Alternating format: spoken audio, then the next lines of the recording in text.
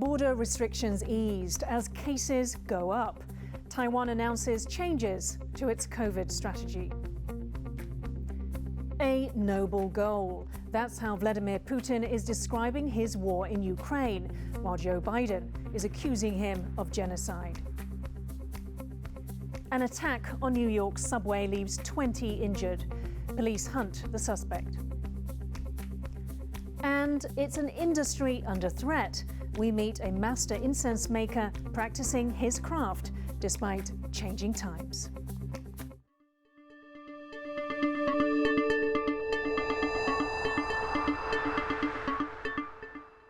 A warm welcome to TaiwanPlus News. I'm Yin Khvat. Taiwan has begun easing border restrictions amid optimism that the tail end of the COVID-19 epidemic could be in sight. But for now, the number of new daily cases is continuing to rise. 933 new cases were reported on Wednesday, and Health Minister Chen Shizong says the daily number of new cases will likely hit 1,000 by the end of the month. John Van Trieste has this report. For the first time since March 2020, Taiwan is reopening its borders to most foreign nationals with family ties here. But before coming, visitors will need to apply for a visa. This is a significant step towards bringing Taiwan back to a pre-COVID way of life. The only people excluded are relatives of migrant workers.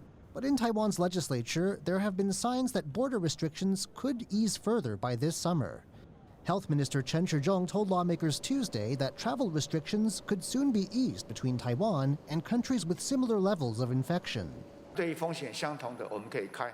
那我认为到暑假的时候，其实世界的疫情应该是会往下降。But for now, the pandemic in Taiwan is only getting more intense. In a radio interview, Chen also said that Taiwan will almost certainly see the number of new daily cases hit 1,000 by the end of the month. The government's priorities are securing enough rapid test kits and ensuring that those kits are affordable. Officials say they aim to bring the price of a kit down to around $7. 在加紧进行了，在月底之前把这个价格再往下压。 Meanwhile, Taiwanese researchers hope to make a COVID medication they've developed readily available to the public. The medication is a compound of 5 herbs used in traditional Chinese medicine. Its developers at National Yangming Jiaotong University's Institute of Traditional Medicine say that trials on frontline medical workers and mice have both shown success in preventing COVID and treating its symptoms. Though not a substitute for vaccination, the medicine will provide Taiwan with another tool to keep COVID under control. Kama Xu and John Van Trieste for TaiwanPlus. China has objected to a U.S. Shanghai Consulate order to evacuate some of its staff from the lockdown city, calling it political manipulation. The U.S. State Department on Monday ordered non-essential U.S. workers and their families to leave Shanghai, which is struggling to contain a major COVID-19 outbreak. Under the strict lockdown rules, many locals have been confined to their homes for up to 3 weeks. The State Department has also urged caution on travel to China, citing arbitrary enforcement of local laws and harsh COVID-19 restrictions. Beijing has accused the U.S. of politicizing the evacuation of its staff, saying the U.S. should stop criticizing China's epidemic response policy. U.S. President Joe Biden on Tuesday stood by comments he made that Russia's President Vladimir Putin is committing genocide against the Ukrainian people.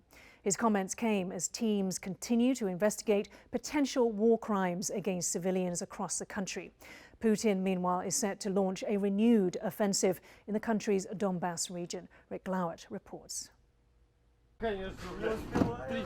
A fresh offensive. Russian-backed troops prepared to push towards Azovstal, the last district still held by Ukrainian forces in the besieged city of Mariupol. Pro-Russian forces like these have been fighting for independence in Ukraine's Donbass region for 8 years.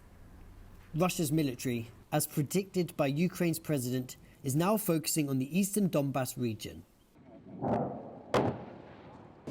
Цели абсолютно понятные, они благородные. Я с самого начала ведь сказал, обращаю ваше внимание, в первом моем, самом первом публичном заявлении, обращении к стране, вооруженным силам, я прямо назвал цели. Цель главная – помощь людям на Донбассе. While the Russian leader may frame his campaign in Ukraine, which has so far taken the lives of thousands, as noble, US President Joe Biden has described Putin's war in Ukraine as a genocide. Yes, I call it genocide because it becomes clearer and clearer that Putin is just trying to wipe out the idea of even being able to clean Ukraine. And the evidence is mounting.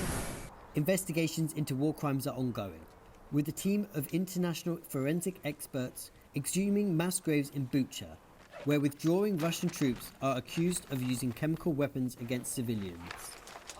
But Putin says the images of dead bodies on the streets of Bucha are fake, and that far from withdrawing, his military operation is going as planned, prompting a rebuke from Ukraine's president. Сегодня в России в очередной раз прозвучало, что их так называемая спецоперация якобы идет по плану. Но если честно, никто в мире не понимает, как вообще мог появиться такой план. Как мог появиться план, который предусматривает гибель десятков тысяч своих же солдат. Чуть больше, чем за месяц войны. Кто мог утвердить такой план? И какой финальный уровень своих же потерь для этого человека приемлемый? Десятки или все-таки сотни тысяч погибших? Questions still hang over Putin's next move. But what is becoming clear is that what the Russian leader says, and perhaps himself believes, is far removed from the reality of this war. Alex Chen and Rick Glowert for TaiwanPlus.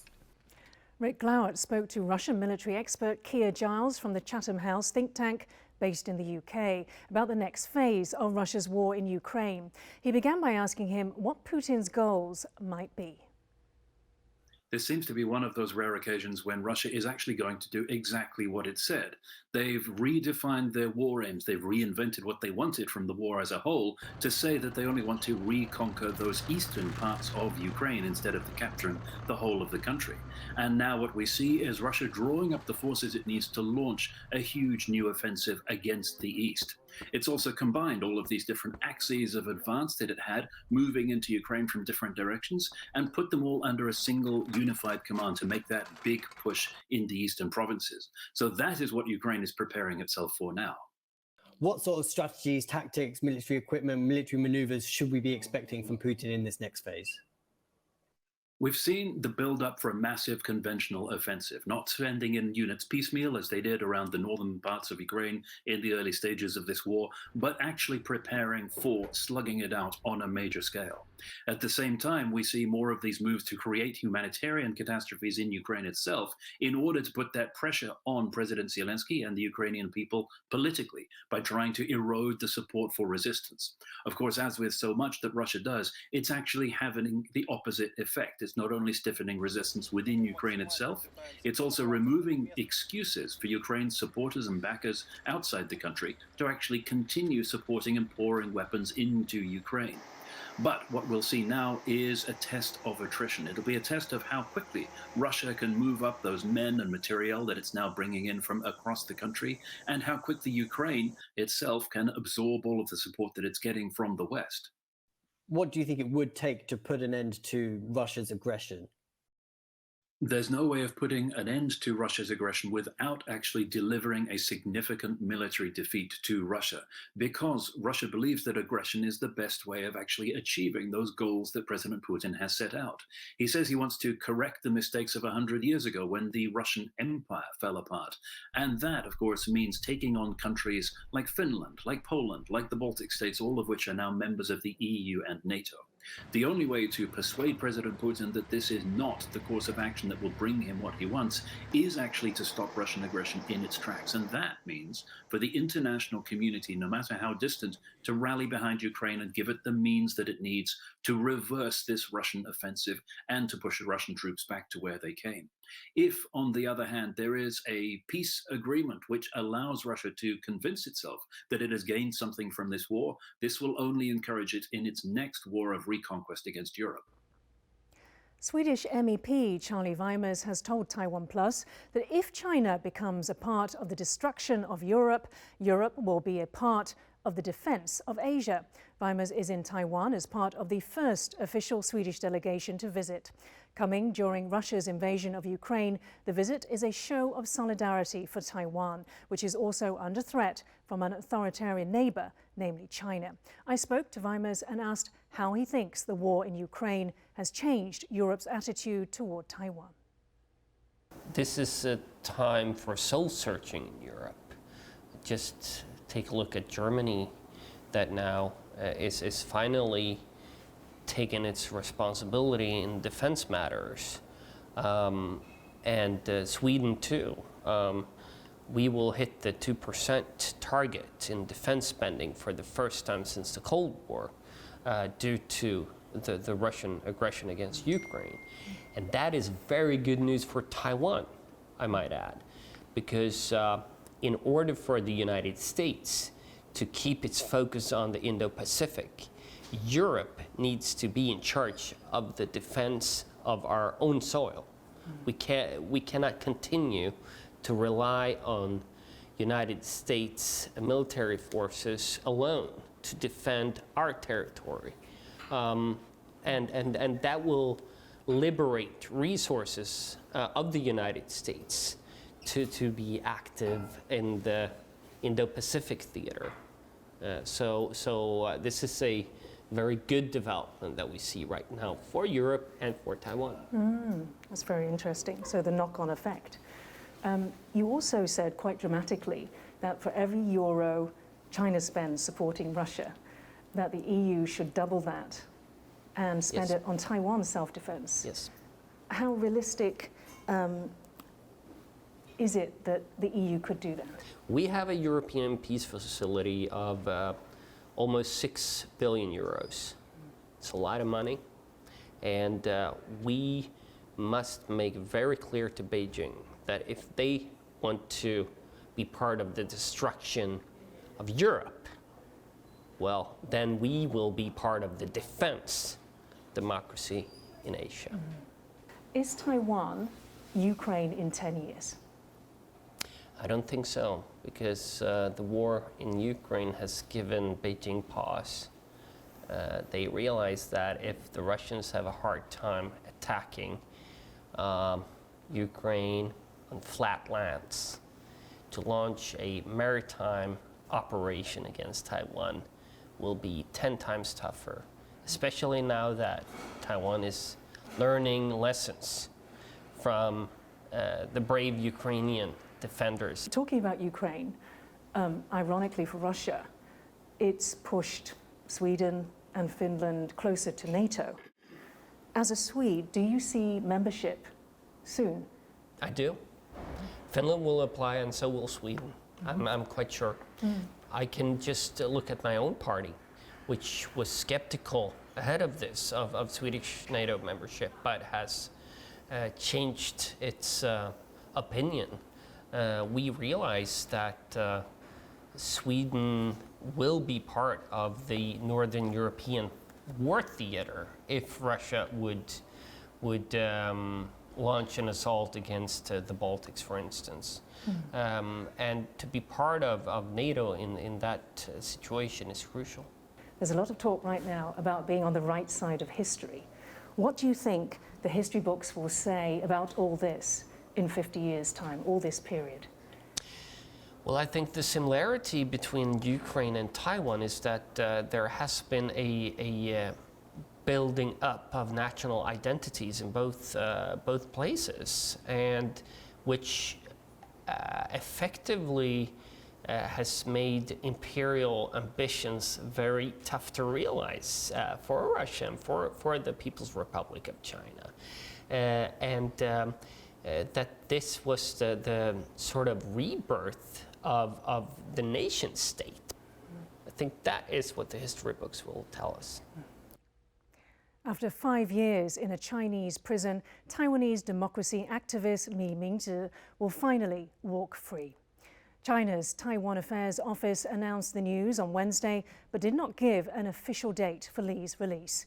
Li was arrested by Chinese police during a visit to Guangdong province in 2017 and sentenced to prison for subversion of state power. Since then, Li's wife, Li Jingyi, has campaigned tirelessly for his freedom. At least 20 people were injured in a Tuesday morning shooting at a train station in New York City, the most populous city in the United States. Police are still searching for the shooter, Bing Wang reports. Dozens of New York City commuters flee from a subway train on Tuesday after a masked attacker set off a smoke bomb and opened fire. Cell phone images show a passenger lying on the floor bleeding and another calling for assistance. Well, I saw people running and coming out of the train, and I didn't know what was going on. I asked a lady, she said that she actually saw everything, what happened down there. She saw a lot of people bleeding, and she heard shootings, I don't know. Police blocked off the area as first responders rushed to the scene. My fellow New Yorkers, since early this morning, my team and I have been in constant communication with NYPD, FDNY, EMS, Emergency Management, and multiple other city agencies, as well as state and federal officials.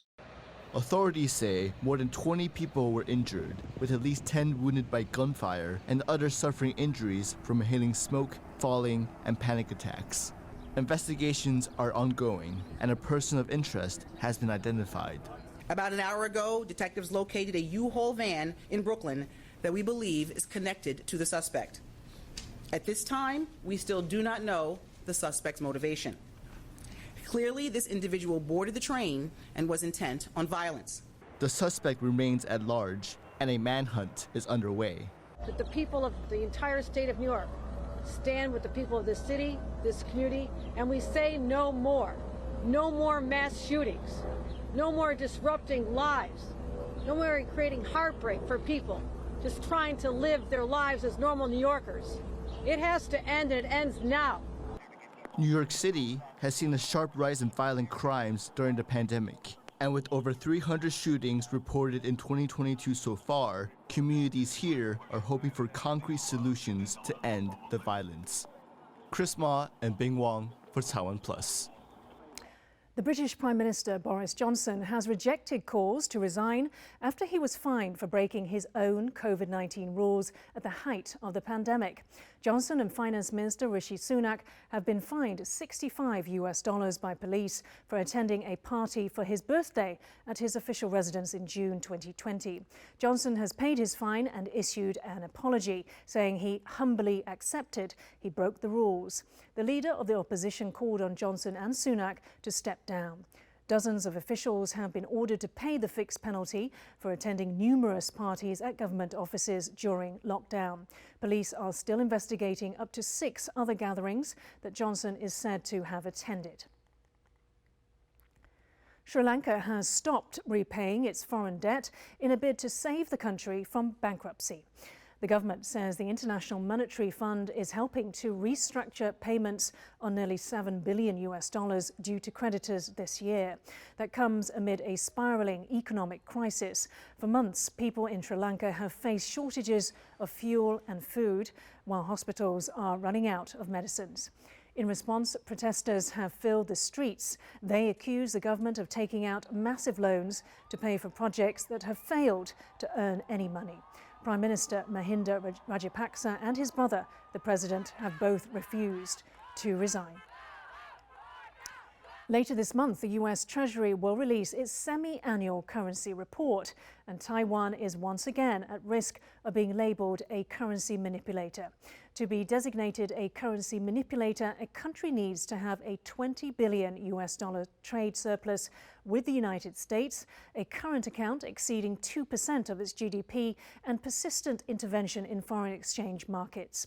Last month, the governor of Taiwan's central bank said Taiwan's risk of being labelled a manipulator had fallen because the bank had reduced the amount of foreign currency it was buying. Taiwan has previously fulfilled all of the criteria set by the US. Despite that, Washington has recently stopped short of officially designating Taiwan a currency manipulator. But why does Taiwan manipulate its currency? And does the label matter? To find out more, our reporter James Chater spoke with Gary Ng at Natixis Research in Hong Kong and asked why Taiwan has previously been at risk of being slapped with a currency manipulator label. For the case of Taiwan, it's pretty much that it is a very significant exporter in the world, especially in electronics. So definitely there will be current account surplus. And increasingly, the US has a larger reliance on Taiwan, and therefore the second line is also hit. And for the third one, because of this huge volatility that we have seen since the COVID in the past 2 years in the currency, we also seen some of the intervention from the Taiwan Central Bank in terms of smoothing the basic volatility of the currency. What are some of the key ways in which Taiwan does seek to manipulate its currency? Of course, the most important or like the easiest way is that the central bank may simply get into the market. They can inject either Taiwan dollar or US dollar, depending on whether they want the currency to appreciate or depreciate a bit more.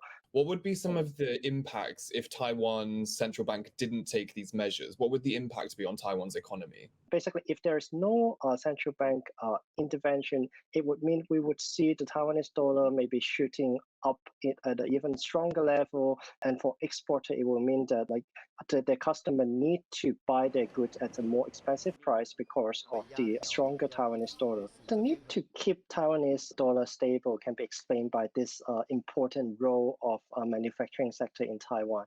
And after all, Taiwan has the highest share of manufacturing in Asia and probably one of the highest globally. And the importance of it has only grown further from 29% in 2010 to now 37% in 2021. So this is indeed quite an important and rare case in Asia. And therefore, the currency and the importance of the manufacturing sector has a strong implication on export, which is linked to the currency and economic growth. Could you talk a little bit more about how the current economic conditions are really impacting Taiwan's currency policy and the shifts that we've seen again since the onset of the pandemic? Main difference, I think, in the last 2 years versus the past era is that first, Taiwanese economic performance has been rather good. It is one of the best performing economy since basically COVID started. And therefore, this positive sentiment has attracted a lot of money entering Taiwan. All of this basically means that Taiwanese dollar has indeed quite a strong appreciation pressure. But on the other hand, beyond the economic factor, there is also the geopolitical concern because obviously the US wouldn't want any other economy having too much of the trade surplus versus the US. What impact would it actually have if Taiwan were to be labeled a currency manipulator? Label of currency manipulator is really not so much an economic question, but a political question. Actually, in the past, China has been labeled as a currency manipulator, but actually without hitting all of the criteria. So given the relationship between Taiwan and US, I think even though Taiwan is labeled as a currency manipulator in any way, I don't think there will be a very big or significant downside in terms of the policy versus Taiwan. Incense plays an important part in Taiwan's religious practices, and Gimlong Lin has been making it by hand for over 4 decades. But the industry is under threat due to environmental and health concerns. We take a look at how Lin continues practicing his craft even as times change. 24歲開始做，開始學做香，呢下來為40年嚟，我呢下64歲。 我信中人，因為呢讀書就唔係講錢會啦，去工廠做，全冇賣錢啦。將來講係講去投保養嘛，冚唪唥冇法度學喺度4年啦。所以我就拼命藝術同佢學做香，像呢叫全家都錢，呢叫改善，你係冇害堅持啊。過年嗰段時間。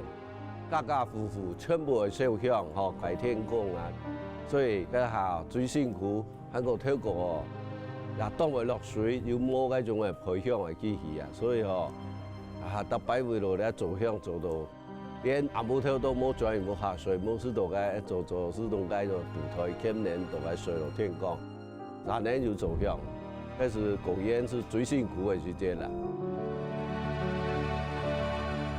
12年啊！ 呢一下来嗰度幾廿五上學咧，安辛苦啊，做到櫃面舞蹈跌得啊，嗬。